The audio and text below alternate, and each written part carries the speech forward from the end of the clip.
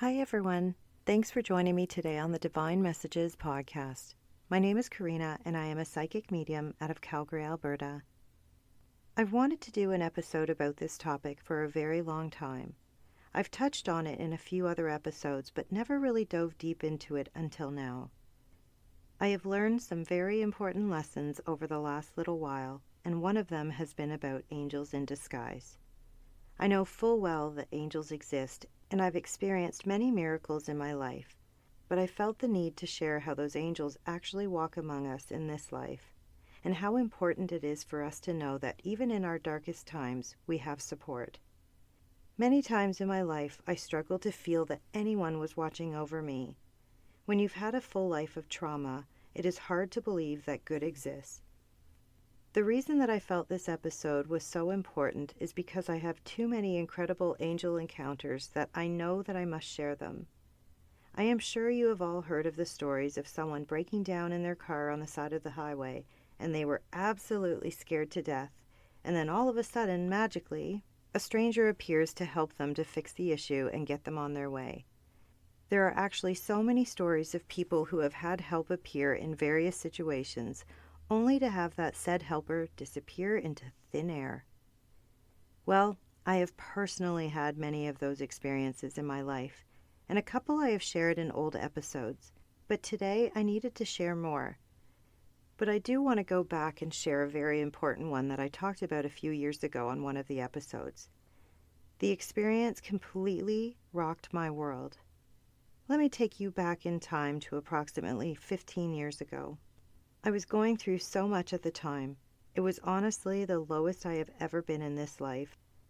I wanted to run and hide away from my problems, and I tried. I had gotten on a plane to Texas to go visit a friend of mine. I was a complete mess. My children were about 3 and 1 years old. I didn't know how to handle my pain. I was drowning, and I truly wanted to die, and the only way that I knew how to cope was to escape. And so I booked a trip to go see her. As I sat down on the plane, the nicest lady took a seat beside me. At first we had a very light conversation about life, but then all of a sudden I found myself pouring my entire heart out to this stranger. It was as if a floodgate had opened and I couldn't shut it. She sat there so kindly and listened, and then offered me incredible advice on how to heal. And I cried a lot. I couldn't stop the tears. I told her things I couldn't share with anyone. I opened up to her like I had never opened up to anyone before. She had the calmest, most comforting energy. For the first time in a very long time, I felt safe, something that doesn't come to me easily.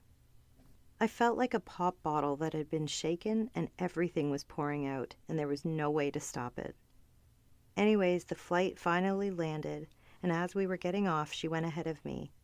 All I could think of in that moment was, oh my God, I have to thank her for listening to me and helping me.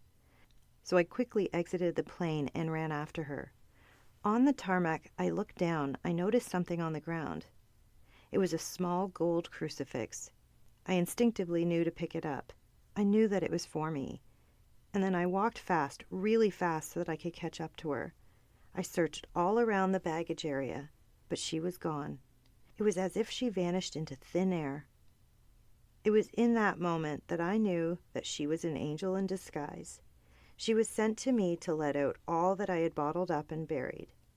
She was one of the first people to help me to start my journey to healing my life. Since then, I have had many experiences with angels in disguise. I also need to go back in time and take you to one of my extremely important angel encounters that I had had as a young adult. This story isn't very easy for me to share because it brings back a sense of shame for the old Karina. I was a very lost and broken young woman. I had been used and abused by so many people, and I had very little care for my life. So here we go, back to my 19-year-old self. At that time, the only way that I knew how to cope was to drink. Each weekend I would go out to different bars, pubs, and nightclubs. Well, one night I was invited to go with my best friend to a party downtown Toronto. Her and her friends were 2 years older than me. I always felt special being invited out with the older crowd. We went to her friend's place and had some drinks, smoked some weed, and then headed to the club. I had had way too much of everything that night. A few hours later, I realized that I had lost sight of all of them. I found myself alone in a bar, not knowing a single person. I was beyond intoxicated and high. Back then, we didn't have cell phones, so there was no way to get a hold of her. Our plan was to sleep over at this person's house, as we lived about 45 minutes to an hour away. So all I could think to do was to get in a taxi and make my way over to that house. So I get in the cab and I tried to tell this guy how to get there. I think I got kind of close to the neighborhood, but for the life of me, I couldn't remember the house. He drove up and down many streets looking for this place. He then realized how messed up I was, and to this day, I will never forget the look in his eyes as we drove around in circles. He kept watching me in the rearview mirror. I started to have this terrible feeling come over me. You know that gut feeling when something feels really wrong? Even in that altered state, I could feel his predator energy. He then started to drive all around and was looking for a desolate area. I knew it. I could feel the panic start to rise in my chest. He started asking me some very inappropriate questions, and I knew he was looking for an opportunity to take advantage of me. Did I know this for sure? Heck yes, I did. Even back then, my psychic abilities were on point, even though I didn't really understand it then. All I knew was that I had had that horrible gut feeling before, and it was always right. Hence why I had been violated so many times in my younger life, because I always ignored the red flags. I knew without a doubt that I needed to get out of that taxi. All I could think of to do was to tell him that I really had to go to the bathroom.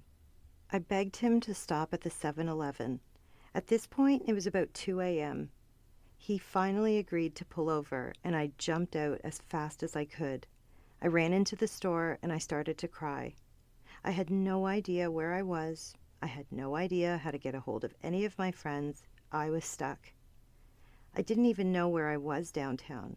I was in full-on panic mode. I started pacing around the store, trying to figure out what to do. I needed to get away from the creepy driver. I kept looking out the window, and sure enough, he was still there. I was so far from home, and there just wasn't anyone to call.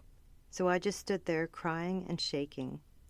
The next thing that I remember is that this man walks into the store and sees how distraught I was, and he comes over to talk to me. He must have been about 40 years old or so. I ended up telling him the entire story of the evening, even down to how scared I was in that taxi. I explained to him how I didn't even know where I was downtown and that I didn't know how I was going to get home. Now this next part is a little crazy, but I have to share it. He offered to drive me all the way back to my little town, which again was about 45 minutes to an hour away. He told me that he was a volunteer firefighter. And you know what? I believed him. I got in the car with him and he drove me all the way home. He talked to me the entire way, trying to keep me calm.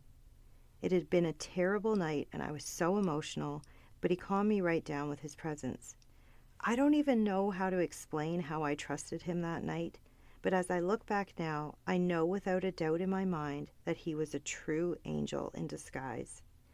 I know that he was sent to save me. I made the choice to go overboard and was so intoxicated that night, and thank God my guide saved me from what could have been another terrible trauma. I think what took me a very long time to understand about this life is that why certain things happen to us. I used to question if angels and guides really existed because of all of the horrible things that happened to me. Like, how could they abandon me in those times and yet show up for me at other times? That's what I always wondered. But as I opened up spiritually, I learned a lot about why certain things happen the way that they do. I dove deep into trying to understand soul contracts, and it truly helped me to accept, understand, and process the lessons. From what I have been shown by Spirit is that before we incarnate, we sit down with very high guides and choose all of the lessons that our soul needs to evolve. We choose our parents, siblings, and even friends. We choose exactly what traumas and hardships that we want to endure. It sounds crazy, doesn't it?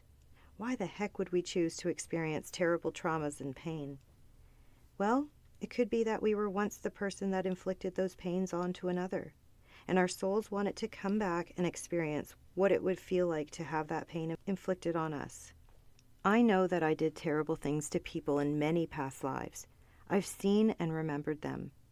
Being psychic has allowed me to travel back into my past existence and view those lifetimes. I truly believe wholeheartedly that I chose to come back as Karina, a female, to go through so much pain so that I can balance out my karma. I can literally visualize my soul sitting down with my guides and agreeing to the entire process. Dysfunctional, unhealed parents? Check. Abuse? Check. Trauma after trauma for many years? Check.